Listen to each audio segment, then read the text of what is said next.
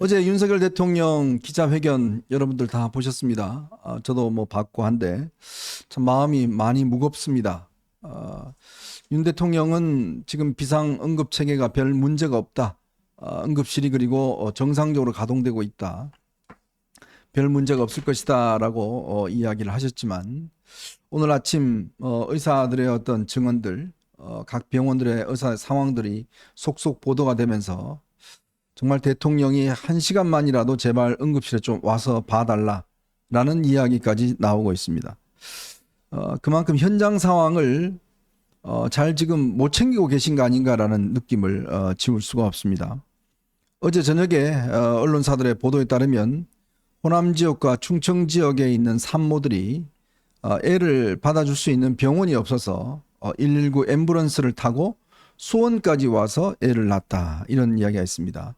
탯줄이 거의 나온 상태에서 앰뷸런스에서 출산을 해서 병원에 와서 응급수술을 했다라는 그런 이야기가 전해지고 있습니다.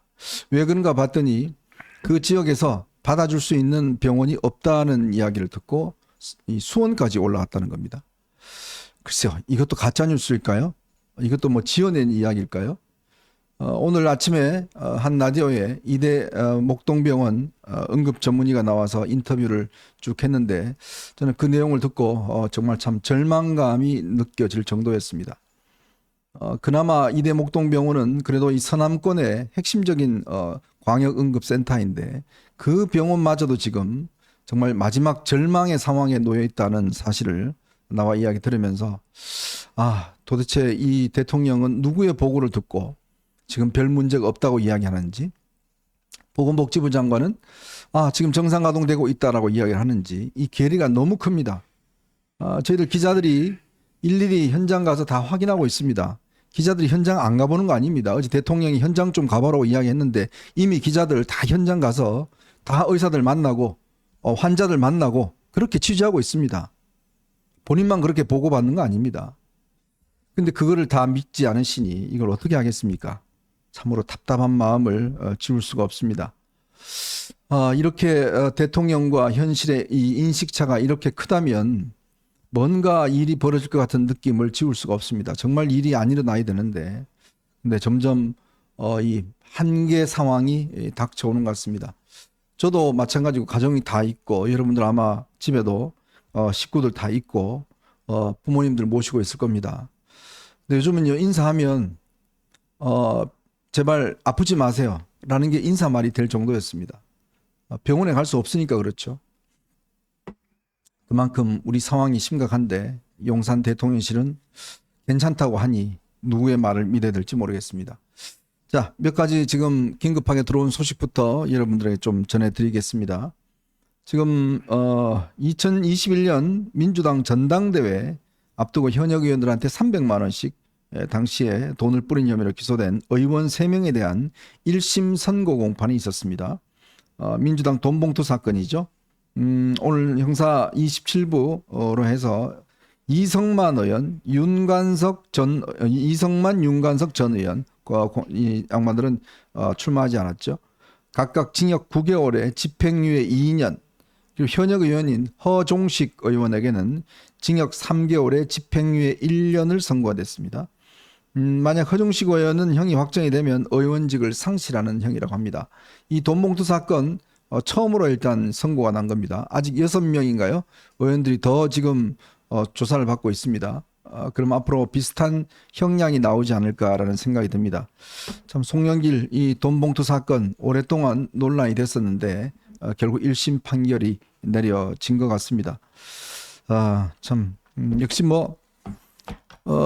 이 정도 형량 한 200, 300씩 받았다고 하더라고요. 네네. 뭐 어떻습니까, 형량 자체는? 뭐 형량을 떠나가지고 이건 그야말로 전 근대적인 후진적인 그러한 거 아니겠습니까? 네. 옛날에 우리나라 이제 선거할 때 뭐 돌렸습니까? 막걸리 돌렸다라고 하고 네, 뭐 고무신. 고무신 돌렸다라고 네. 했는데 지금은 그 막걸리 먹고 고무신 받은 사람들은 어떤 분들이었습니까? 그냥 평범한 서민들이었잖아요. 네. 그런데 지금 돈봉투를 받은 사람, 쉽게 말하면은 막걸리가 돈봉투 된 거고 고무신이 돈봉투 된 건데 네. 그 고무신과 돈봉투를 받은 사람이 누구냐? 그냥 평범한 농촌에 있는 농사 짓는 그런 분들도 아니고 네. 이른바 국회의원이라고 하는 사람들. 그다음에 민주당이 지금이야 야당이지만 저 때에는 뭐였습니까? 여당이었잖아요. 네. 압도적인 여당이었잖아요. 그러니까 국민들이 여당 만들어주고 압도적인 의석수까지 몰아줬는데 안에선 저렇게 푹푹 썩어가고 있었다라고 하는 것이 지금 밝혀진 거고요. 네. 그때 민주당과 지금 민주당이 무슨 차이가 있는가? 오히려 더 저 나빠진 거 아닌가? 저는 그런 생각이 들고요. 네. 그렇기 때문에 그렇게 바득바득 우기면서 검수한박했던 이유가 자신들의 범죄를 숨기고 범죄가 발각이 돼도 수사와 재판이 어렵게 만들기 위한 그런 목적이었다라고 저는 확신하지 않을 수 없습니다. 네. 자, 그리고 오늘 경찰은요, 민중민주당 당사를 지금 압수수색 중에 있다고 합니다. 민중민주당은 종북 성향의 정당입니다. 이적단체 구성, 이적 동조, 국가보안법 위반 혐의로 서울청 안보수사과가 지금 압수수색 중이라고 합니다. 이게 이제 국정원에서 수사권이 넘어간 이후에 아마 경찰이 거의 뭐 처음으로 아마 수사를 벌이는 것 같은데요. 참 간첩은 잡기도 어렵지만 잡아놔도 또 빠져나가기 때문에 네네. 참 머리가 아픈 것 같습니다. 이게 간첩이 원래 한 명도 잡히지 않았다고 그럽니다. 없어서 안 잡힌 게 아니라 못 잡은 거겠죠. 매년 3명에서 5명, 많게는 10명 정도의 간첩을 우리가 잡습니다만은 오늘 이 시간 현재까지 원래는 한 명의 간첩도 잡지 않았다고 합니다. 못 잡은 거죠. 그건 정말 국정원의 수사권이 경찰로 넘어가면서 아직 경찰도 제대로 지금 수사를 하고 있지 않기 때문에 이런 일이 벌어지고 있는 게 아닌가 싶습니다. 하루빨리 좀 이 수사권이 정말 국정원으로 다시 복귀가 돼야 될 것 같아요. 지금 우리나라가요, 저기 종전이 아니란 말이에요. 정전 상태 아닙니까? 네. 휴전 상태인데, 그러니까 간첩들이 암약할 수밖에 없는 그런 조건을 가진 나라인데, 우리나라는요 간첩 잡기를 포기한 나라예요. 네. 아니 간첩 잡는 데 있어서, 그러니까 쉽게 말하면 약은 약사한테, 그 다음에 진료는 의사한테, 간첩은 누가 잡아야 됩니까? 국가정보원이 잡아야 되는 거잖아요. 네. 그런데 의사한테 진료하지 말라는 거랑 똑같고 약사한테 약 짓지 말라는 거랑 똑같은 거예요. 네. 그런데 우리나라에 있어서 가장 중요한 게 뭡니까? 안보잖아요. 그런데 안보에 있어서 가장 위협이 되는 게 이런 간첩인데 간첩을 잡지도 못하게 하고 잡은 간첩들 어떻게 됩니까? 재판 질질질 끌어요. 그래가지고 구속기간 6개월 지난 다음에 그냥 자유롭게 돌아다닐 수 있게 하고 이건 그렇다라고 치고 지금 또 뭐가 일어났습니까?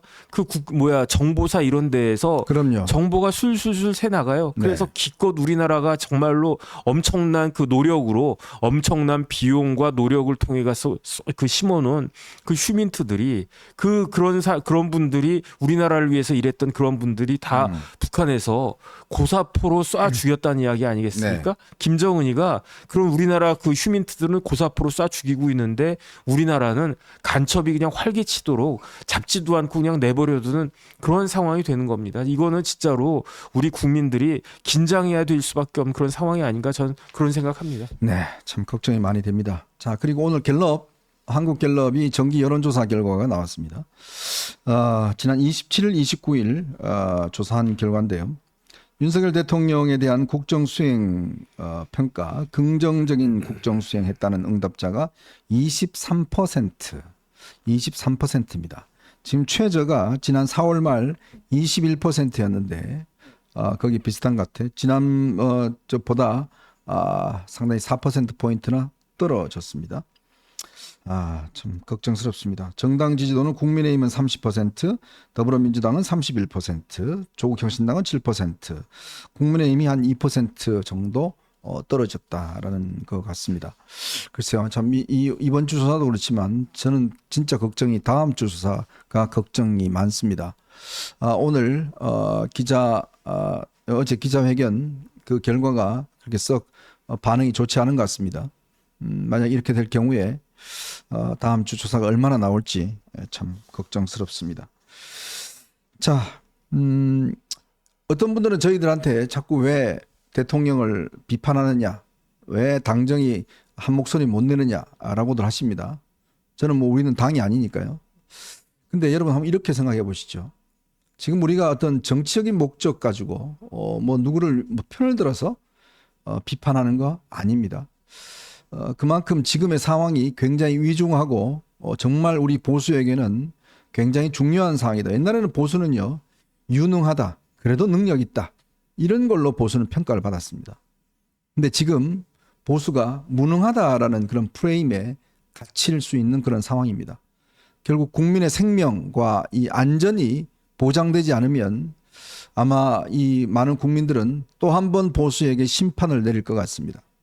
그래서 저희가 그냥 목이 터져라 어제 대통령 회견 또 지금 현재 의료 상황에 대해서 말씀을 드리는 겁니다. 개혁 좋죠. 중요하죠. 그렇지만 현재 관리도 중요합니다. 국민들의 어떤 이 생명과 안전이 보장되지 않는 상황에서 개혁 과연 누가 동의할까요? 개혁의 성과 그게 과연 언제 나올까요? 자, 그렇기 때문에 우리는 이 부분을 지적하는 겁니다. 절박한 심정으로. 그래서 오늘 많은 의사분들이 많은 증언들을 하고 있습니다. 현장에서. 이건 뭐 이 좌우를 떠나서 정말 그분들의 어떤 이 절박한 심정들을 토로하고 있는 것 같아요. 그래서 오늘 저희가 세 가지 이슈를 가지고 여러분들에게 좀 이야기를 드리도록 하겠습니다. 정말 이 현장의 이야기들이 터져 나오고 있습니다. 한동훈 대표는 계속 이 부분에 대해서 계속 이야기를 하겠다고 하고 있습니다. 특히 어제 연찬회에서 많은 의원들이 어제 보건복지부 장관 등에게 아주 뼈아프게 질문을 많이 한 것 같습니다. 그래서 저희가 그 질문 내용들과 답변 내용을 저희가 좀 입수를 해봤습니다. 얼마나 어제 의원들이 질타했는지 그 내용과 함께 그리고 지금 어제 이정석 검사에 대한 탄핵 소추가 기각이 됐지 않습니까? 근데 저 황당한 거는요, 민주당이 반성은 하기는커녕 또 탄핵하겠다 이러고 있습니다. 진짜 이들은 낯짝이 있는지 모르겠습니다. 이 이야기 함께 내일 모레 있을 여야 대표 회담 그것에 대한 전망들을 한번 좀 미리 보도록 하겠습니다.